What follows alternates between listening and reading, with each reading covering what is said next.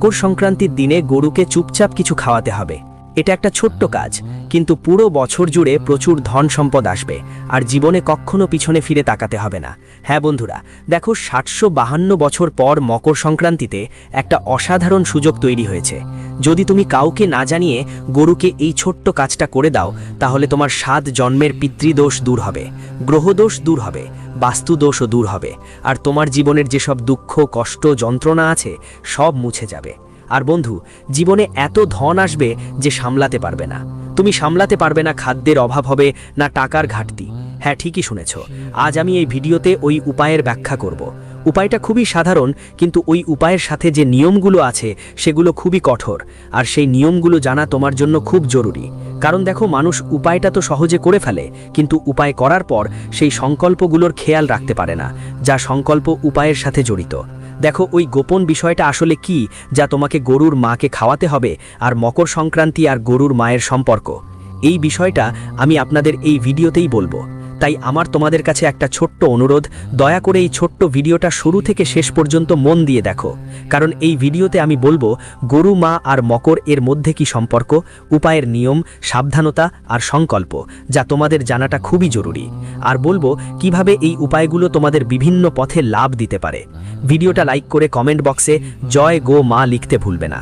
হ্যাঁ দেখো, মানুষের জীবনে সমস্যা অনেক বেশি, সমস্যা অনেক অনেক দুঃখ আছে, অনেক কষ্ট আছে, কিন্তু এসবের একটা মাত্র সমাধান আছে, যেটা তোমাকে মকর সংক্রান্তির দিনে করতে হবে। ধান বা অন্ন দেখবে না, কারণ মকর সংক্রান্তির মহোৎসব বছরে মাত্র একবারই আসে, আর মকর সংক্রান্তির গুরুত্ব শাস্ত্রেও বলা আছে। হ্যাঁ বন্ধুরা, দেখো, অনেকেই মকর সংক্রান্তিকে শুধু একটা ছোট্ট উৎসব ভেবেই নেয়।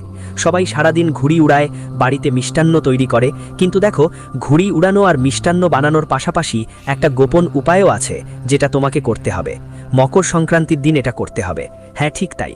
সত্যি কথা বলতে এটা বছরটার সবচেয়ে বড় এবং সবচেয়ে প্রভাবশালী মোড়। কারণ মকর সংক্রান্তি কোনো সাধারণ দিন নয়। ঠিক এই দিন সূর্যের গতি বদলায়। এই দিন থেকেই প্রকৃতির একটা নতুন হিসেব শুরু হয়। হ্যাঁ বন্ধুরা, দেখো, প্রাচীনকালে মানুষরা এটা খুবই গুরুত্ব দিয়ে দেখত, কারণ তারা জানতো এই দিনে ছোট্ট একটা ভুল পুরো বছরটাই প্রভাবিত করতে পারে।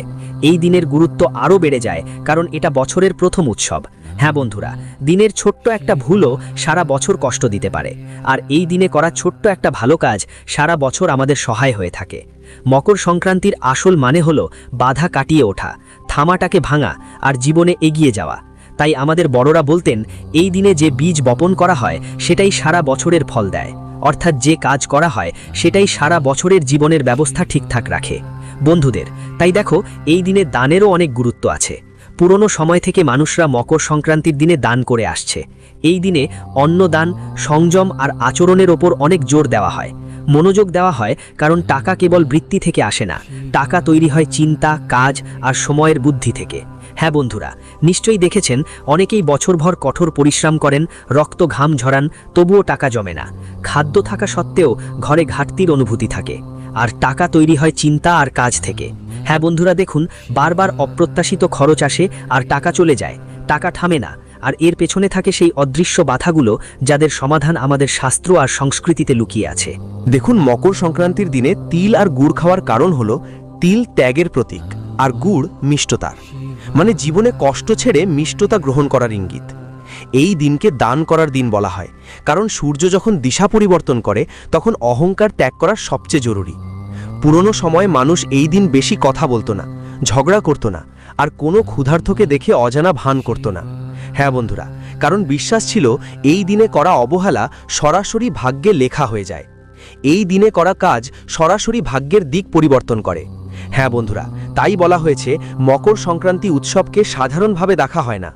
এখানে একটা খুব গভীর ব্যাপার আছে, যেটা খুব কম মানুষই বুঝতে পারে। মকর সংক্রান্তিতে প্রকৃতি শোনে, কিন্তু আওয়াজ শোনে না, নকল দেখে না।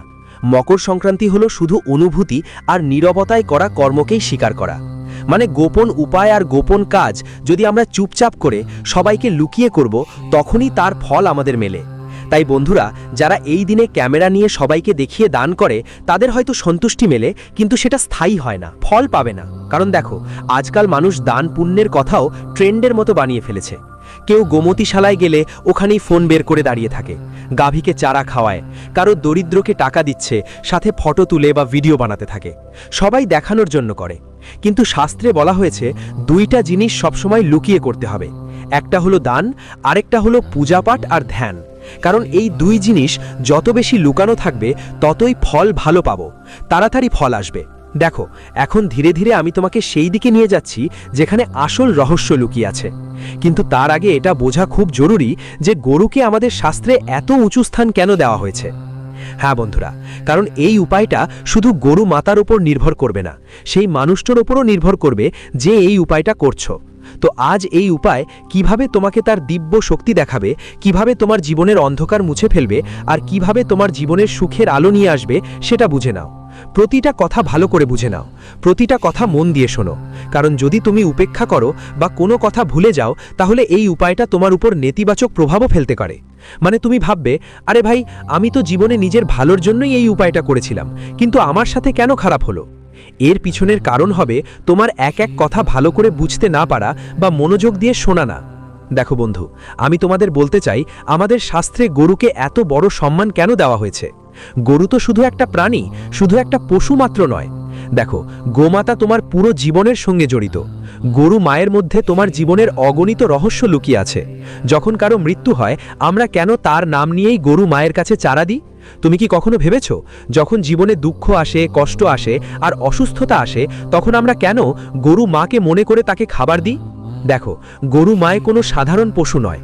হ্যাঁ বন্ধু, গরুকে মা বলা হয়েছে শুধু দুধ দেওয়ার জন্য নয়, বরং কারণ সে বিনা অনুরোধেই দেয়, বিনা অভিযোগে সহ্য করে, আর বদলে কিছু চায় না।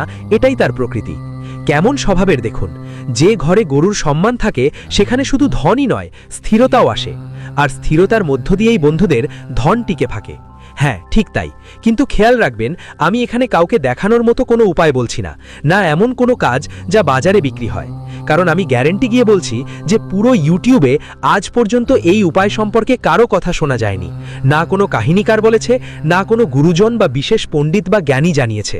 কারণ এই উপায় এতটাই গোপন যে উল্লেখ কোনো শাস্ত্রে পাওয়া যায় না। হ্যাঁ বন্ধুরা, এই উপায়টা করা হয় শুধুমাত্র সত্য মন দিয়ে, সত্য হৃদয় দিয়ে, পবিত্র কাজের মাধ্যমে।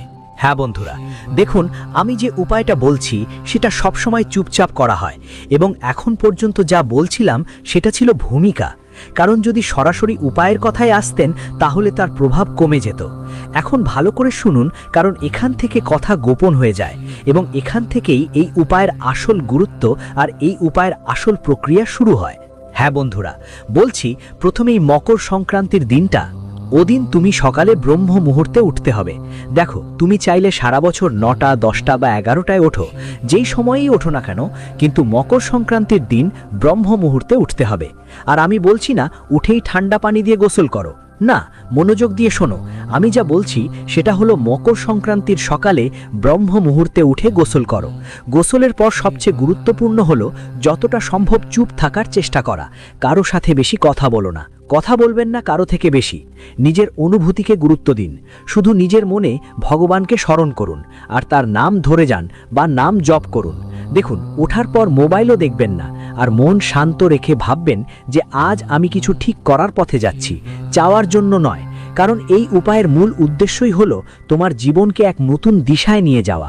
তোমার জীবনের যেসব জিনিস খারাপ হয়েছে সেগুলো এই উপায়ে ঠিক হয়ে যাবে। হ্যাঁ বন্ধুরা, মনে রাখতে হবে যে আজ আমি কিছু ঠিক করতে যাচ্ছি, চাওয়ার জন্য নয়। তারপর গরুর জন্য যা তৈরি করা হয় সেটা দেখতে খুব সাধারণ লাগে, এ কারণেই মানুষরা এটা হালকাভাবে নেয়, কিন্তু এটাই এর শক্তি। শোনো, আমি যা বলছি সেটা খুবই সাধারণ একটা জিনিস, এবং এর আগে কেউ তোমাকে এ ব্যাপারে বলবে না। সঙ্গে সঙ্গে এই ব্যাপারটা মাথায় রাখতে হবে যে এই উপায় কোনো মন্ত্র পড়তে হবে না, কোনো নাম নিতে হবে না, শুধু বুঝে বুঝে করতে হবে। এবং গরুকে যা খাওয়ানো হয় সেটা হলো একটু সাদা তিল।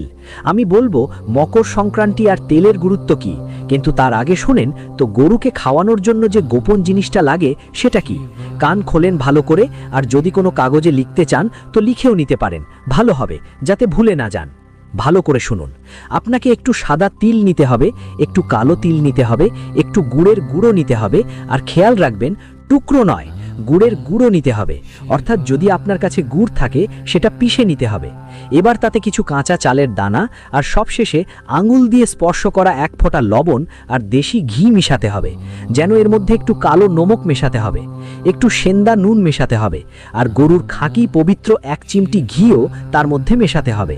এখন এখানে একটা গোপন কথা আছে যে সেন্দা নুন যা মেশানো হয় সেটা সাধারণ নুন নয়, আর এটাও খেয়াল রাখবেন যে ভুল করে সাধারণ নুন মিশিয়ে দেবেন না, একটু সেন্দা নুন আর একটু কালো নুন মেশাতে হবে। দেখবেন এসব কোনো থালায় সাজিয়ে নয়, সরাসরি হাতের মুঠোয় নিয়ে গরুকে খাওয়াতে হবে।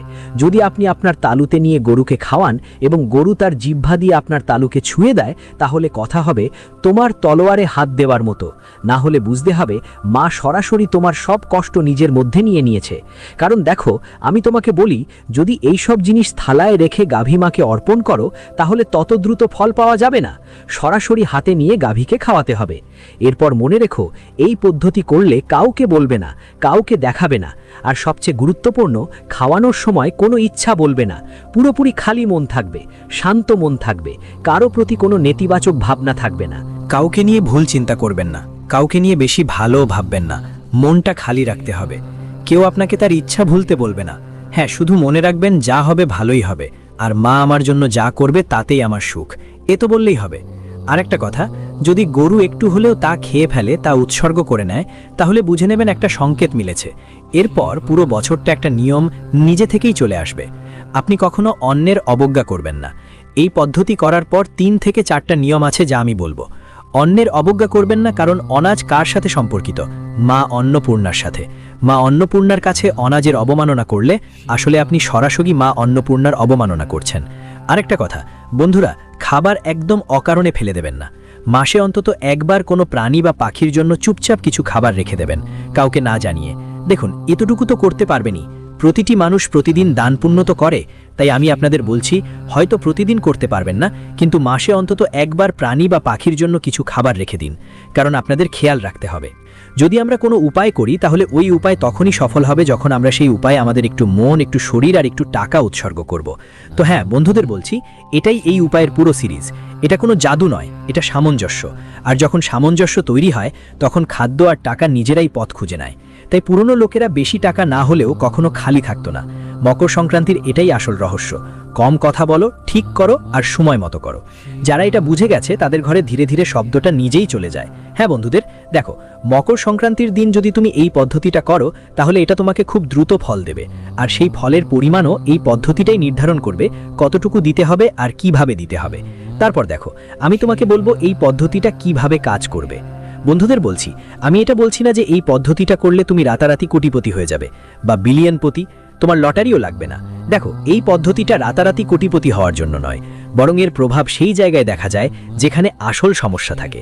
টাকা আসলেও আটকে থাকে না, অযথা খরচ হয় না, টাকা বেরিয়ে যায়, যতটা পরিশ্রম করি তার তুলনায় ফল মেলে না।